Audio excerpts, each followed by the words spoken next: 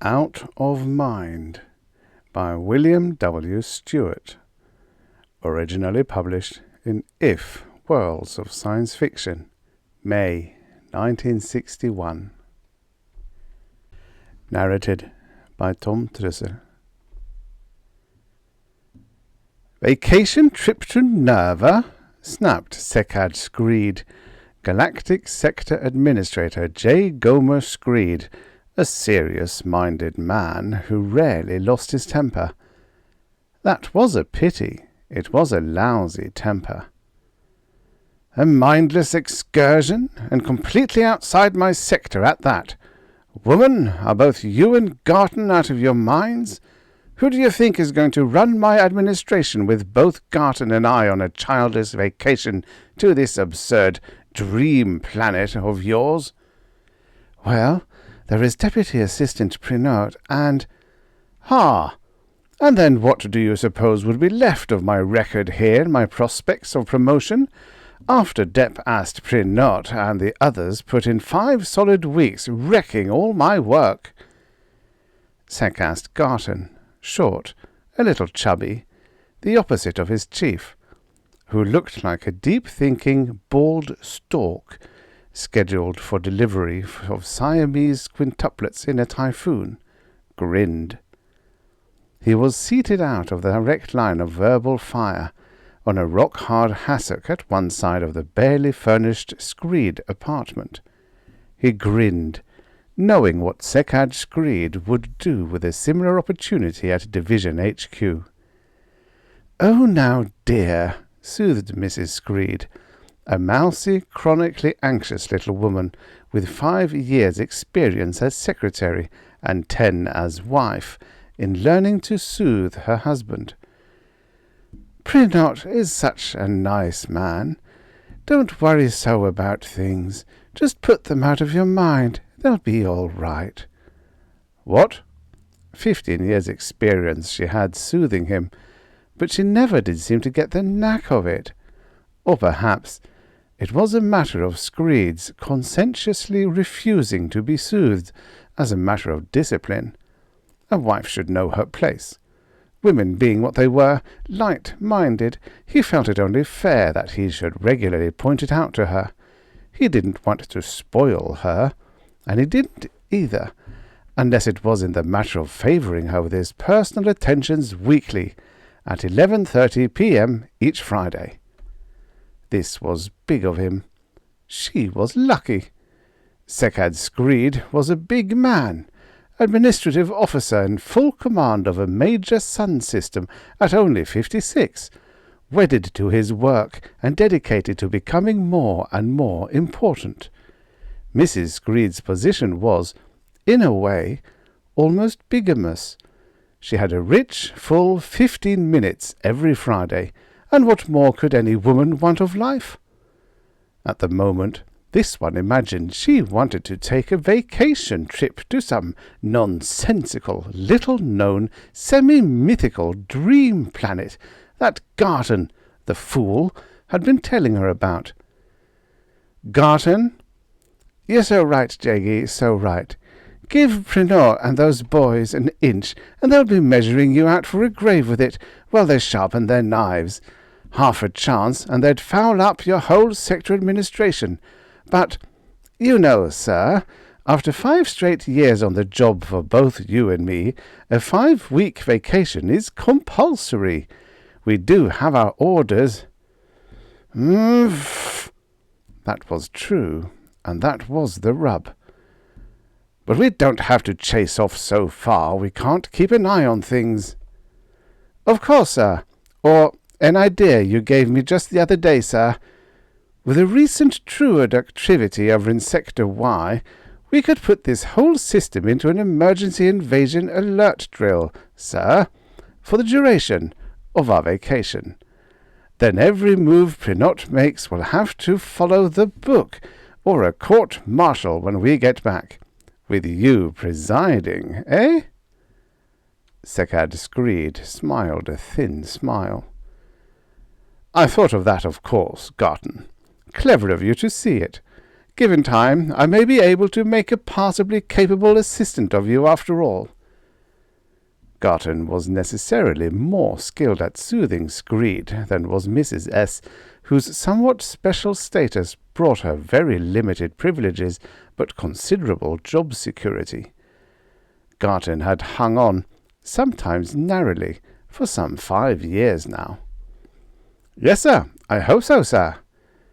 But not as long as you come up with asinine suggestions for us to throw away valuable time on some scarcely heard-of dream planet. Even though Centrad does enforce these foolish compulsory vacations, there is no reason why the time cannot be turned to some useful account." "But, dear," murmured Mrs. Screed wistfully. "No, Viola, you seem to have lost whatever few wits you once possessed. Why in the galactic universe would I go to some tiny sinkhole, single-planet system, not even important enough to have a service administration? Even I have scarcely heard of the place. Garton, whatever got into you?" Well, sir, you see I have always admired so your report on waste and extravagance on Primus that you made following your last vacation 5 years ago, just before coming here. The way you toppled the entire sector administration, forced a dozen or more early retirements, and got me my promotion to Secad. Yes, sir. A sensational job, and much talked of at Centrad, I know. Well, sir, I just thought that, since this Nirva is so little known, something of a mystery, you know, and something of a sore point with Centrad, too, perhaps it might be ripe for an exposé. Nonsense, Garton. Not important enough.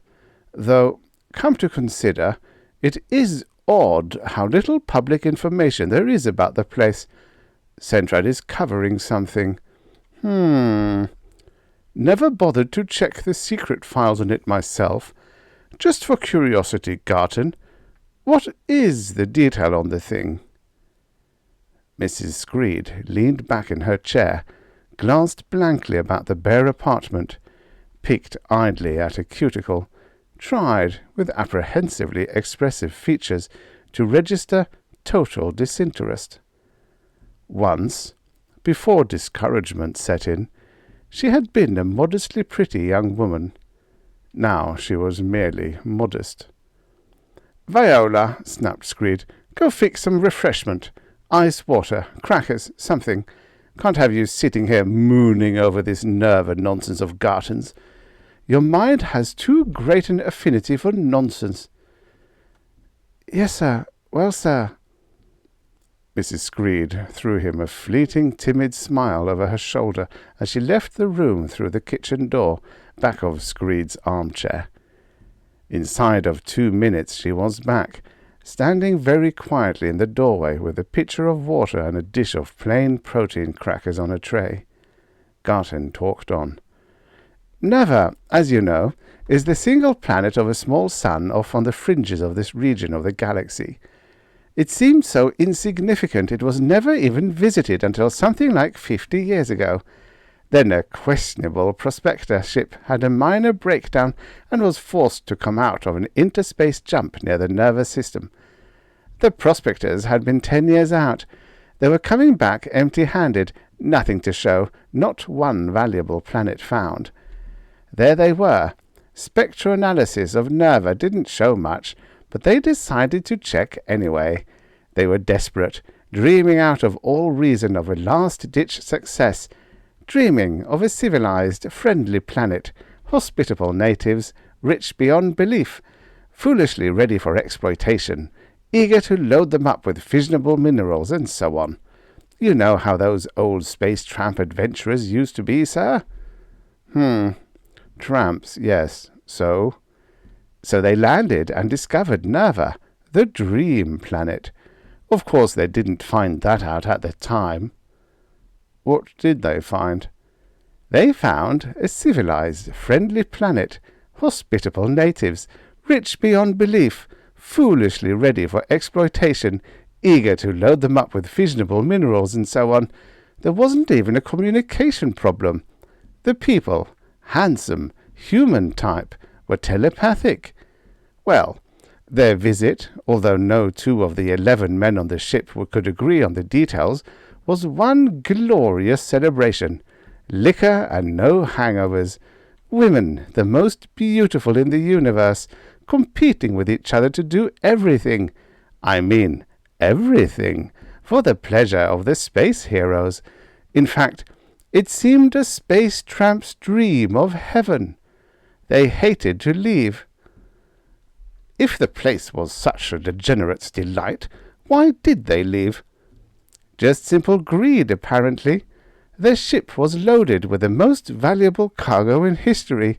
They couldn't resist the urge to take it back and cash in, to strut around and be big heroes, men of wealth and power back home. Finally, and with plenty of regrets, they blasted off. A couple of jumps, 6 months. Travel was slow then, of course, and they landed at the regional capital. They reported their discovery and claims, turned in the cargo for analysis and sale, and, listening for the cheers, sat back to collect their fortunes. Instead of cheers, they got the universal horse laugh. A laugh? At a fortune? Why, oh yes, of course. Turned out they made a pretty stupid mistake about that cargo, eh? Well, it seemed a funny mistake. Their whole cargo of rare fissionable elements was nothing but perfectly ordinary sand and rock. Now, this crew was rough, but prospecting was their business. They knew their business. It just wasn't possible that they could have made such a mistake. At first the officials were inclined to drop the whole thing as a pointless hoax. But it was so pointless. Somebody was sharp enough to push for an investigation on that account. They rounded up the prospectors, who were all hustling around trying to promote supplies to get them back to Nirva. They got a psychiatric team to run them all through a complete check. The clues to the truth of the matter turned up then, but they were not, at least not generally, understood. What? The psychiatric team found that each of the 11 told a similar story and actually had a similar mental picture of Nirva. But, examined closely, the detail, the artifacts, the types and habits of the women were startlingly, if not sensationally, different. So different that, in fact, the planet seemed to be perfect. Perfect according to each crewman's idea of the perfect planet. Some of them had pretty crude ideals of perfection, of course. The psychiatric team pushed through an order grounding all members of the crew. All of them ended badly, by the way. 7 suicides, 2 murders, 2 violent mental cases. The team submitted a completely inconclusive report. Then they proposed that they all be sent to examine Nirva. Well, get to the point, Garton. The expedition went out. It never came back. No word ever came back. The administration jumped to a conclusion that the planet Nirva had become hostile and the expeditionary force captured. A battle cruiser, advised to expect resistance and with orders to use all force necessary to pacify the planet and rescue prisoners, was sent out. The cruiser went. It met resistance near Nirva and won a brilliant victory. The Nirva forces surrendered. The ship landed and officers and crew were feted by the defeated population. Prisoners were rescued. Finally, and with some little reluctance, the captain, a devoted family man, gave orders and the cruiser headed back. But, at the first jump away, the prisoners and something like 2/3 of the cruiser's crew vanished. Naturally, there was a good deal of excitement. Arrant nonsense. Yes, sir, of course, but 2 further rescue expeditions ran into much the same thing. It seemed that only individuals with the most vital and binding ties or absorbing interests back home ever came back from Nirva. Others, especially anyone with the least trace of instability, stayed there. A lunatic planet for the feeble-minded. Yes, sir, in a manner of speaking. At least the officially approved conclusion regarding Nirva is this. No way to be certain, but, presumably, from sample materials and distance observation, it appears a rather ordinary Earth-type planet physically. It is inhabited by a race, physical characteristics doubtful, probably humanoid, having unique mental properties, imaginative, very powerful, hypnotic. And, the theory goes, these people exercise a sort of group mind power with individualistic overtones. To all intents and purposes, they modify their physical and social surroundings to suit themselves. Each then lives quite literally in a world of his own, the world of his dreams. For visitors from outside, same thing. Each person who lands on Nirva, or even approaches it without a powerful force shield, sees what he imagines he should see. He finds whatever he may be looking for. A man who has mental air castles, you might say, can go to Nirva and move right into them. As they say, sir, the planet of dreams. Hallucinations. Yes, sir, but controlled, pleasant, and having all the force, feel, and effect of reality. So the theory has it, that is. Of course, travel to Nirva is so restricted as to be almost completely prohibited now, and the information wiped from public records. The administration could see that it might become disastrously overpopular. Why not wipe out the whole lunatic asylum of a system? Yes. Well, perhaps some of the men at the top thought perhaps it might turn out to be useful in, some way. There have been rumors of mysterious disappearances of officials. Weakness. Yes, sir, exactly. A haven for weak-minded idiots to be taken in by stupid parlour hypnotics. Why should I waste my time and talent exposing something so totally and transparently stupid? Of course, sir, it would be a difficult thing to try to manage, I'm sure, in spite of the enormous publicity and promotional possibilities in clearing up the mystery, that it's not the sort of thing a solid administrator would care to get mixed up in. The Secad looked interested. "A perfectly horrible-sounding place," interrupted Viola from her doorway. "I had no idea it would be anything like that. It sounds immoral, actually. I wouldn't go." The Secad looked thoughtful. "Besides," added Garton, "I'm certain, now I consider it, we couldn't possibly manage to get a clearance to visit Nirva anyway." "Well then," said Viola firmly, "you know how the Secad needs a rest. I do hope you can find something more suitable for our vacation than that. Some place that's quiet and respectable and—" The Secad looked convinced. "Oh, shut up, Viola, and you too, Garton. If we must go on a vacation, we must, but I shall decide where we will go. Is that clear?" That was clear. Nirva stuck in the mind of Secad Screed. He was, certainly, the sanest, soundest, solidest, and most sensible of men. It was not possible to trick him into any hasty, ill-considered action. Still, it rankled to have Garton, and of all people, Viola, tell him he couldn't go to Nirva, and couldn't succeed in doing anything about it if he did. Of course, it is true that a man can trust no one but himself. It was transparently obvious that Viola and that pipsqueak Garton were trying to con him into taking them to Nirva, but it was an irritation. And maybe the thing did, actually, offer the possibility for something sensational in the way of a coup. Naturally, Garton and Viola were interested only in the supposed cheap thrills of the dream planet, the chance to escape from practical, businesslike reality into some degenerate make-believe. They both needed a lesson.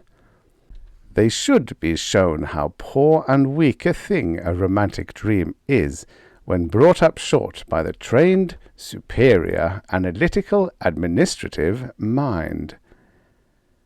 The next day at work, he set Garton to work drafting up orders for an emergency invasion alert drill, just in case.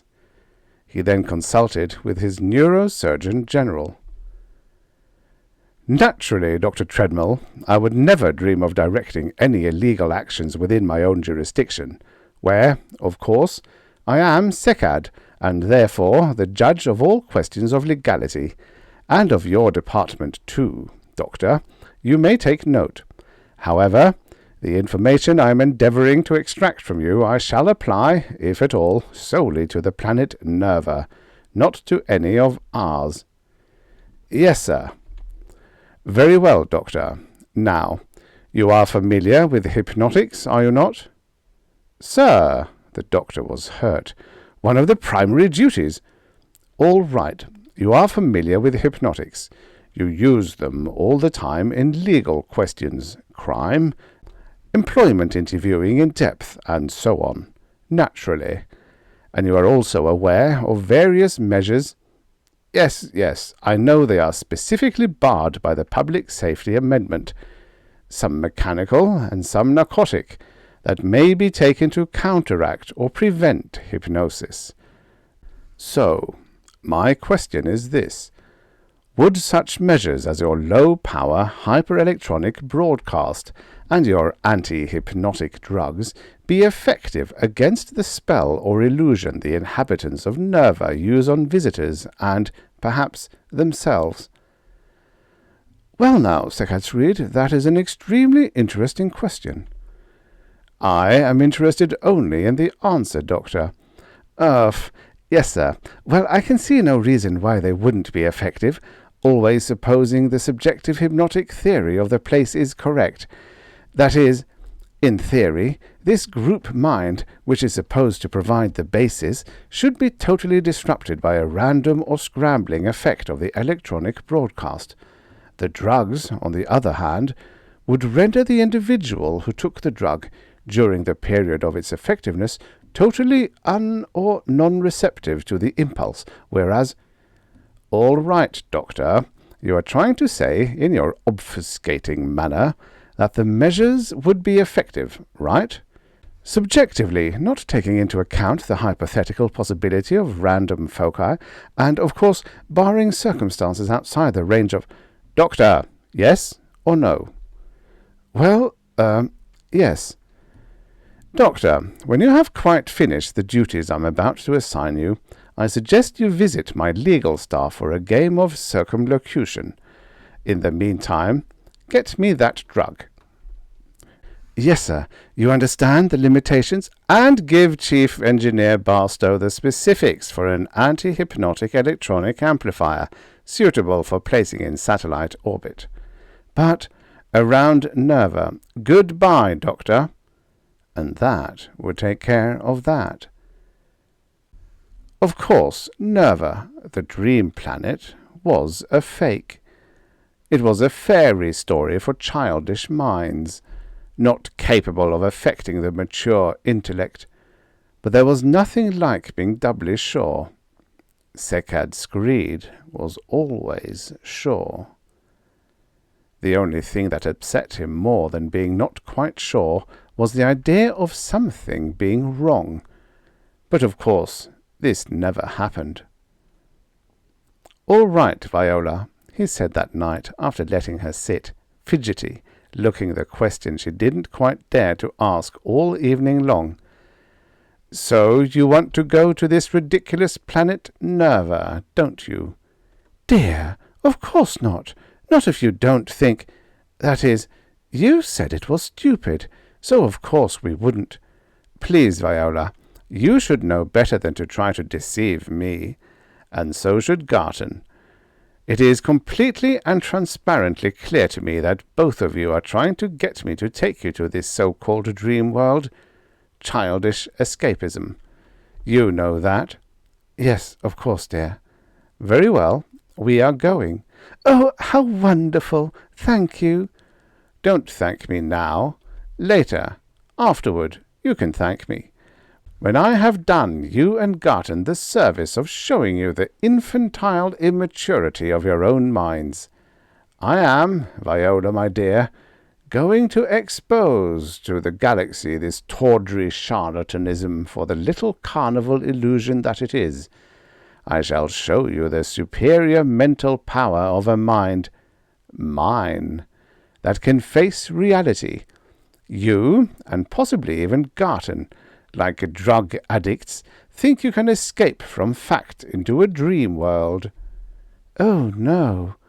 You will learn that there is no escape. I shall show you to yourselves, and you will see that run-down sinkhole planet of lotus-eaters for the degenerate mental slum it truly must be, and is. Oh? Well, it is good of you to go to so much trouble. Smugly. The exposé may prove of some advantage in my service career. Of course, dear. Of course. Of course. There was a period of frantic, forced draft preparation by certain of the administration departments. Garton was voluble in his admiration of the plan for the electronic broadcast anti-hypnotic satellite for Nirva. On the drugs he had no comment. He was not, in fact, informed of this part of the plan.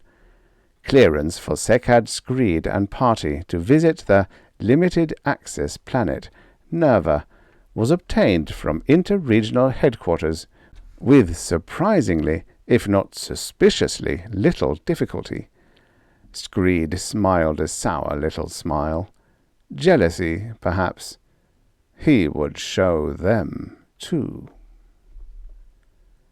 In 2 weeks' standard time, they, Stuart Screed, Mrs. Viola Screed, and Secast Garden, were on the way. It was a small ship, with a crew specially screened for the stop at Nirva, bound for the farther reaches of the galaxy.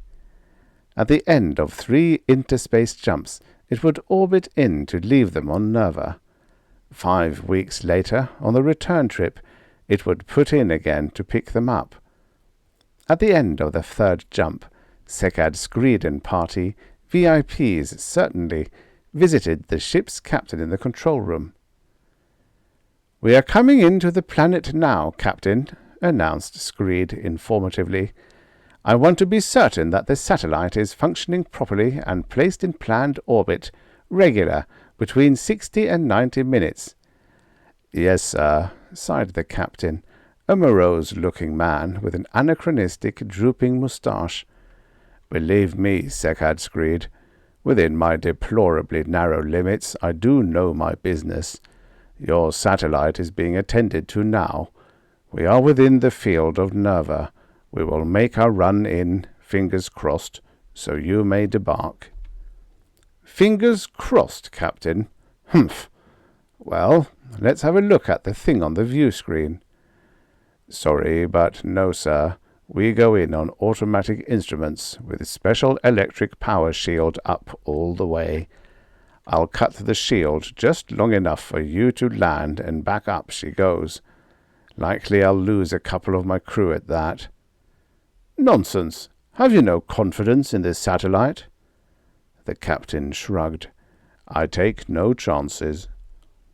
This was a line of reason Screed could well appreciate, in himself.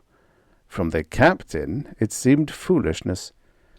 "Surely, Captain, if you were to lose crewmen, you could and would insist upon their immediate return." "Insist, Stuart Screed? How? You do not, I think, have quite the full picture of this thing. Its appeal, the pull of your own personal perfect dream world, is very strong. If I didn't have a wife and 6 sweet kids back home that I only see a month or 2 out of the year, well, this Nirva problem is like this. We go in, down screen, off you and your party go. My crew, all present. Okay, back up with the screen, and then we find out who is actually on the ship. But if they were all present, maybe present, maybe nothing but projected illusions. It is not possible to distinguish. So, say a couple are missing when the screen goes up. Suppose I down screen again. Protest. The natives are all apology. The men return. All right, then. Not exactly. When the screen is up again, maybe instead of 2 missing, by then I would have 4 gone. The temptation gets too strong. Fighting it is like doubling bets to get even on a crooked wheel. Slack handling. Incredibly slack. It certainly was time a man who knew his own mind took over. The satellite was orbiting. He had taken an anti-hypnosis pill. So, too, although he hadn't bothered to tell them about it, had Viola and Garton in their coffee. Well, Captain, your problems with Nirva are over.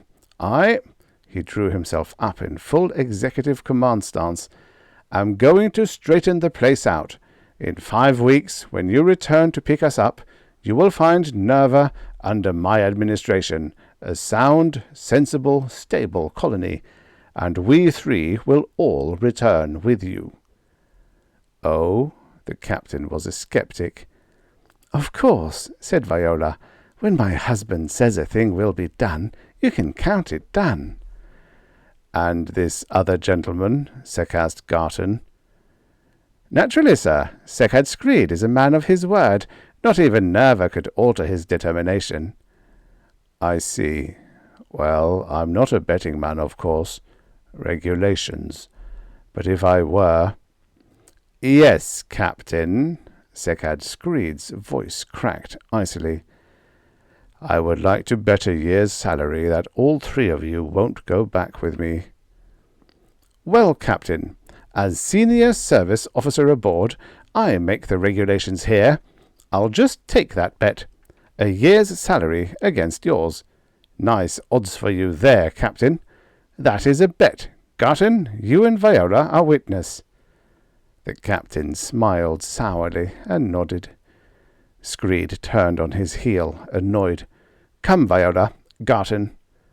Viola bowed her head and followed. Garton lingered a minute.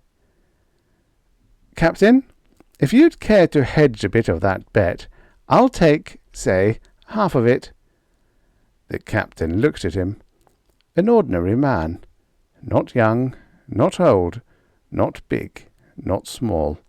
Just a man, almost extraordinarily ordinary, and certainly not too bright, since, as he clearly intended to stay on Nirva, what good would it do him to win half of that old snake Screed's bet? The captain shook his head. Thanks, Sekast Garton, but since you won't... Well, no thanks, I'll keep it. Garton shrugged regretfully.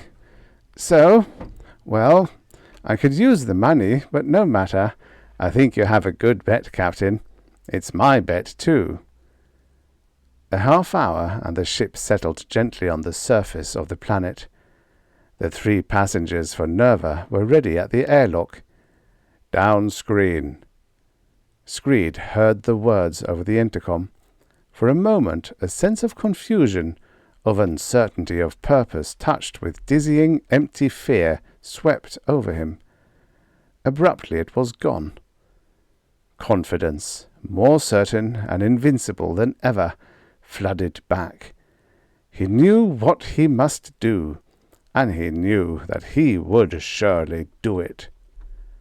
A thrill of anticipatory triumph brought a little twisted smile to his thin lips, but, half turning his head toward Viola and Garton, all he said was, peremptorily, "Come."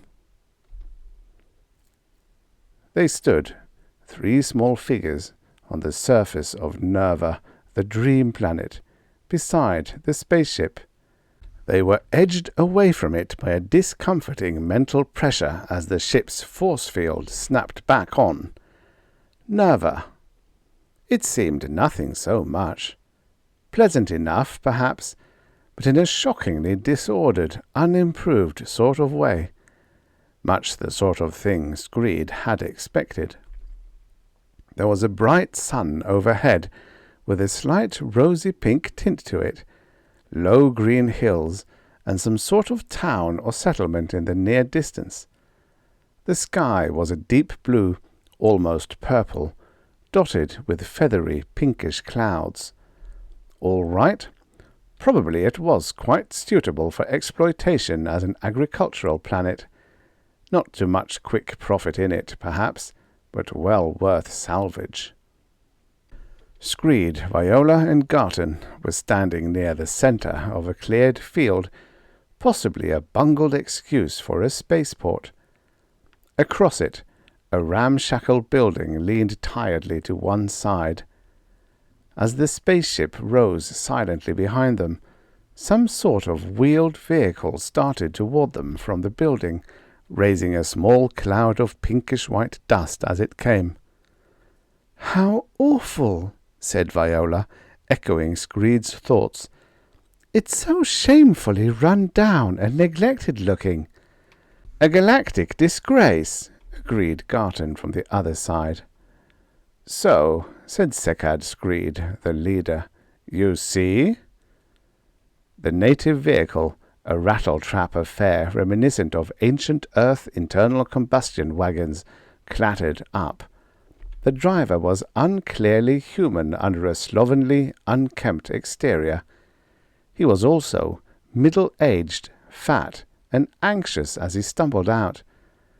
"Ah," he said eagerly, "distinguished visitors.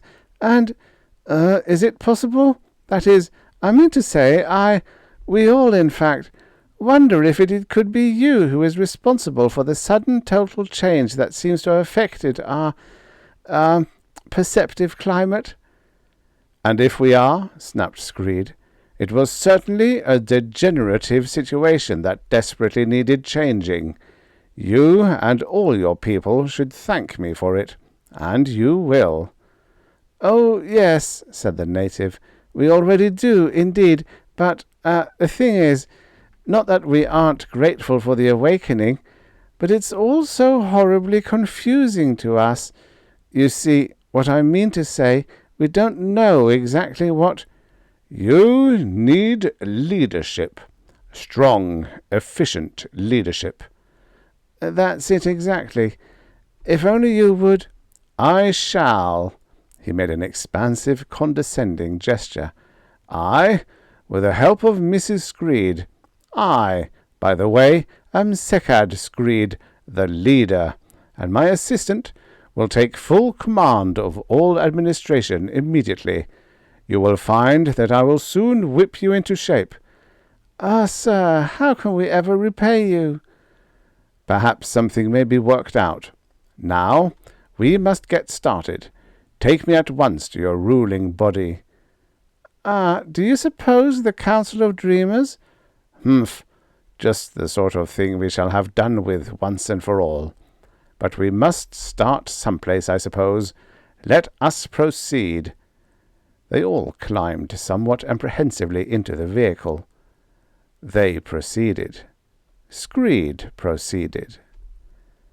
He proceeded, with Viola and Garton cheering and trailing along some little distance to the rear, to carry out his total plan.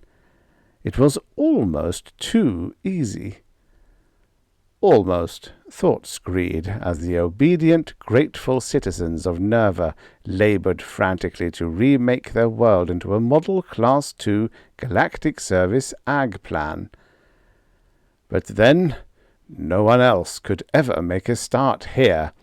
It is simply that, to a mind and character like mine, all things are easy. He was, not for the first time, mildly surprised at his own brilliance, and totally admiring. Perhaps it was justified. Certainly both Viola and the sometimes cynical-seeming Garton were all awed respect. The reformation of Nirva advanced at a remarkable pace.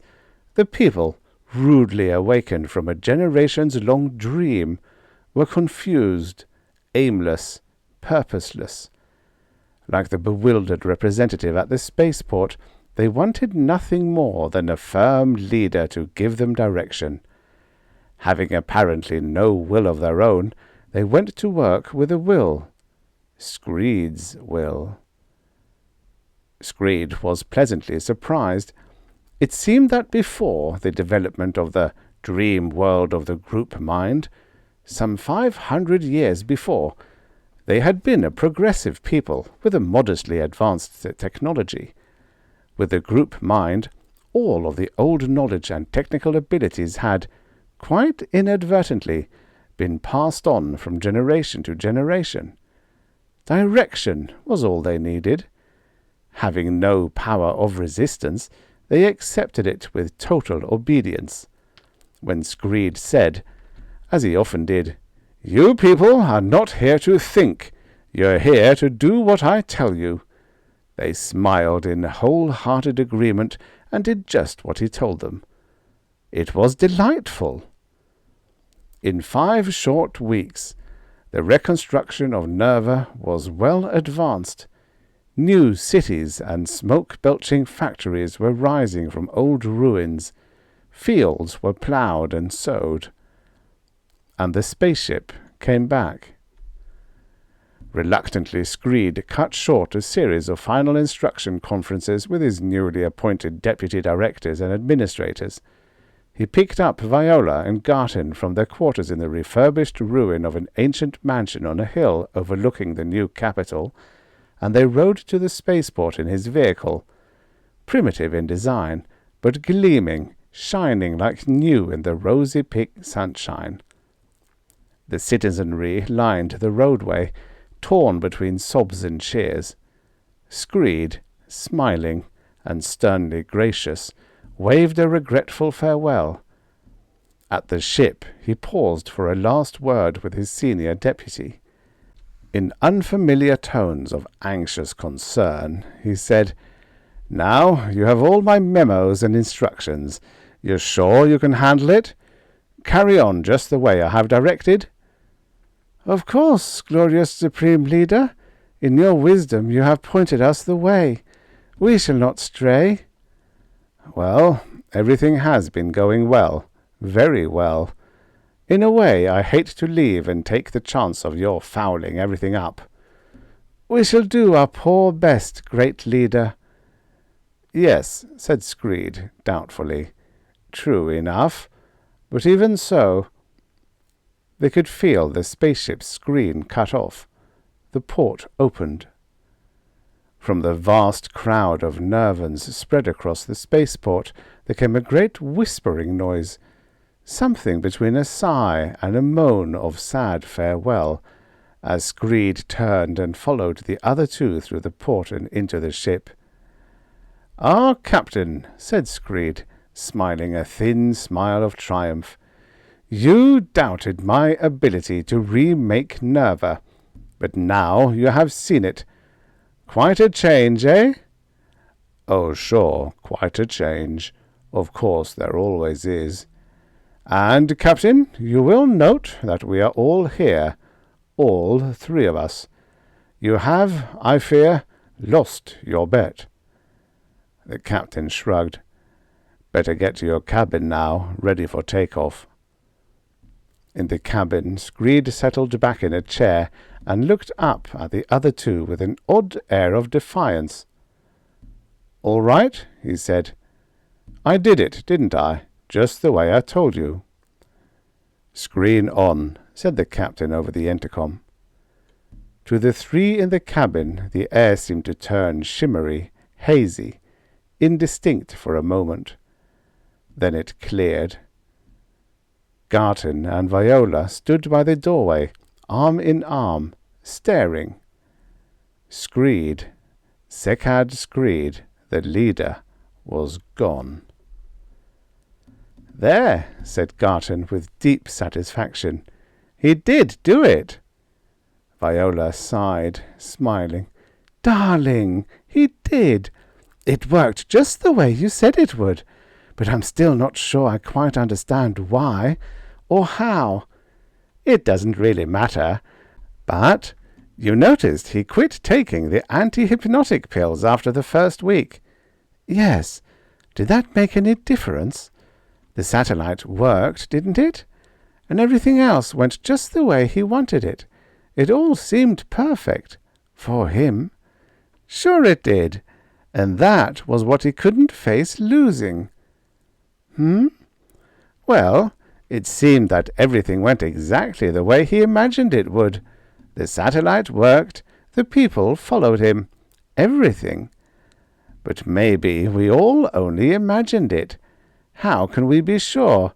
After all, those things, plus are purely personal concerns that he was too far busy to take any note of." Viola blushed, quite charmingly for a plain, mousy little woman. "We're what we were expecting to. How can we know for sure what was real and what was illusion?" Viola looked suddenly offended. "About the planet, I mean." Viola looked mollified. "But the planet? I think Screed is running the thing. I'm not sure. As long as he is there, he knows he is running it. Here, who knows? That was the chance he couldn't take, the chance his mind refused to face. If he were here, could he still be sure he was right?"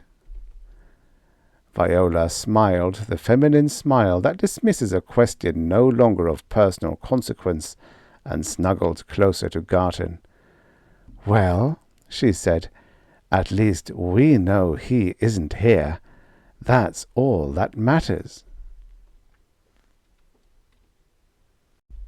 The end.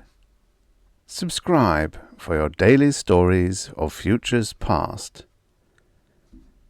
If you're not subscribed, why ever not? It's free.